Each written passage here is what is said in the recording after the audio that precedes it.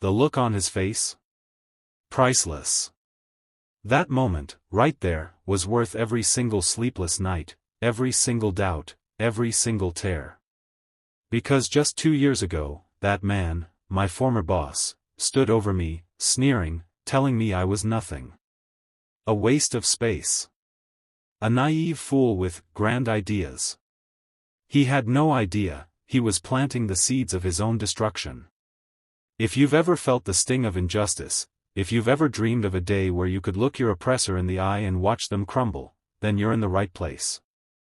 Hit that like button, subscribe, and get ready for a story about how underestimation can forge the most powerful weapon of all, pure, unadulterated, strategic revenge.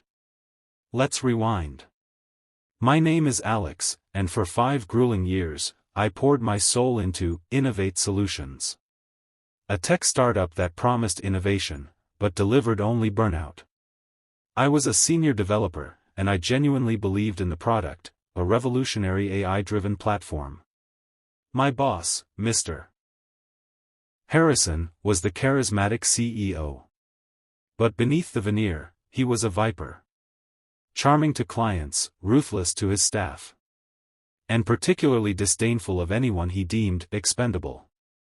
Which, apparently, included me. The first crack in my loyalty appeared when my idea for a crucial new feature, one that would have streamlined our onboarding and saved millions, was scoffed at. Too ambitious, Alex, Harrison said, dismissing me with a wave of his hand. Stick to what you know. Just a month later, a modified version of my idea was presented by his golden boy, Mark, and hailed as a stroke of genius. My stomach churned, but I swallowed it. I needed the job. The true betrayal came during a brutal round of layoffs. I was called into Harrison's office, my heart pounding. He didn't even make eye contact. Alex, he said, tapping a pen rhythmically on his desk, we're streamlining. Your position, it's no longer a fit. He made it sound like I was the problem, not his mismanagement.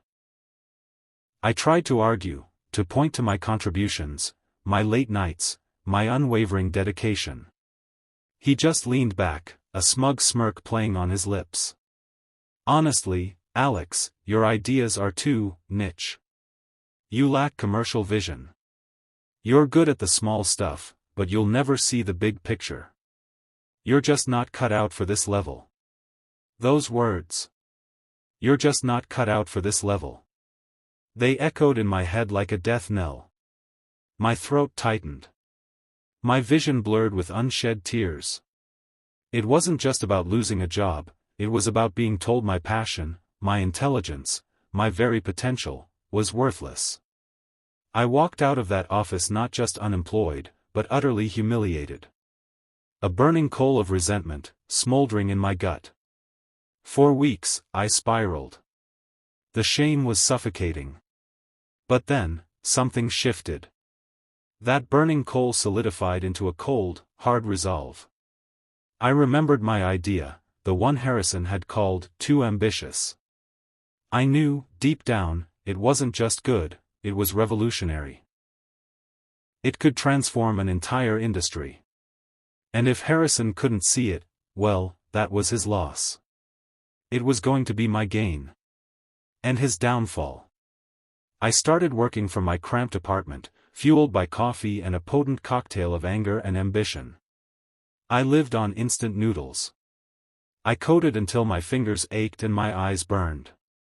Every line of code was a tiny act of defiance. Every successful test run was a silent scream of, "You were wrong." I refined my AI platform, making it faster, smarter, more intuitive than anything Innovate Solutions could ever dream of. I called it Nexus. Raising capital was tough. Investors saw my lack of a corporate safety net, my raw ambition. But I spoke with conviction, with the fire of someone who had nothing left to lose. I painted a picture of a future where Nexus wasn't just a product, but a disruption. Slowly, painstakingly, I built a small, dedicated team, people who believed in the vision, not just the paycheck. People who, like me, had been underestimated. Meanwhile, I kept tabs on Innovate Solutions. Their stock began to stagnate. Their innovative, new features were just rehashed versions of old ideas. Harrison, ever the showman, kept spinning tales of future success, but the whispers of internal turmoil grew louder. The turning point came when Nexus launched. The market response was immediate and overwhelming. We offered a product that was superior, cheaper, and genuinely innovative. Our client base exploded. We were lean, agile, and hungry. Innovate Solutions, by contrast, was a lumbering dinosaur. Bloated by bureaucracy and Harrison's ego. Their biggest clients started defecting. The whispers about their instability turned into shouts. Then came the day. The day I walked back into the Innovate Solutions building, not as a dismissed employee, but as the CEO of their fiercest competitor. I had received a confidential tip. Innovate Solutions was on the brink of collapse, desperate for a buyout to avoid bankruptcy. I entered the boardroom, my heart thrumming with a quiet, powerful satisfaction. There he was, Mr. Harrison. Looking utterly defeated. His usual swagger replaced by a sickly pallor. He stared at me, his eyes widening in disbelief, then narrowing in pure, unadulterated fury. "Alex," he stammered, his voice hoarse. What are you doing here?" I took my seat at the head of the table, opposite him. My team, my loyal, brilliant team, sat beside me, their faces radiating quiet triumph. "I'm here, Mr. Harrison," I said, my voice calm, steady, "because Nexus is making an offer." He scoffed, a desperate, pathetic sound. "Nexus?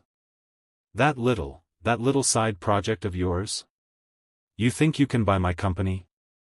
I leaned forward, a slow, deliberate smile spreading across my face. "Oh, not just your company, Mr. Harrison. The company. The one you built on the backs of people like me. The one you dismissed as not cut out for this level. The one you said lacked commercial vision. Funny, isn't it? Because my niche ideas seem to have built quite the empire." His face contorted. A mixture of shock, rage, and a profound, bone-deep humiliation. He opened his mouth to retort, but no words came out. He looked like a fish out of water, gasping for air. The board members, many of whom had seen me dismissed, now looked at me with a newfound respect, bordering on awe. They knew. They all knew what this moment meant. The tables weren't just turned, they were utterly flipped over. I laid out the terms, clinical and precise. It wasn't an aggressive takeover, it was a merciful rescue. And watching him, stripped of his power, his pride, his entire empire, knowing I was the one holding the axe, it was the most satisfying feeling I have ever experienced. He had told me I wasn't cut out for it. But I didn't just cut it out, I took it over. They say revenge is a dish best served cold. For me, it was served with a multi-million-dollar acquisition and a perfectly executed mic drop. This wasn't about bitterness, it was about proving them wrong. It was about turning their dismissal into my motivation. Their arrogance into my fuel. And trust me, nothing tastes sweeter than proving someone wrong when they've tried to crush your spirit. If this story of ultimate vindication resonated with you, if it gave you that satisfying chill, then smash that like button right now. Tell me in the comments below, what's the most satisfying moment of justice you've ever witnessed or experienced? And of course, make sure you're subscribed for more stories of karma and incredible comebacks.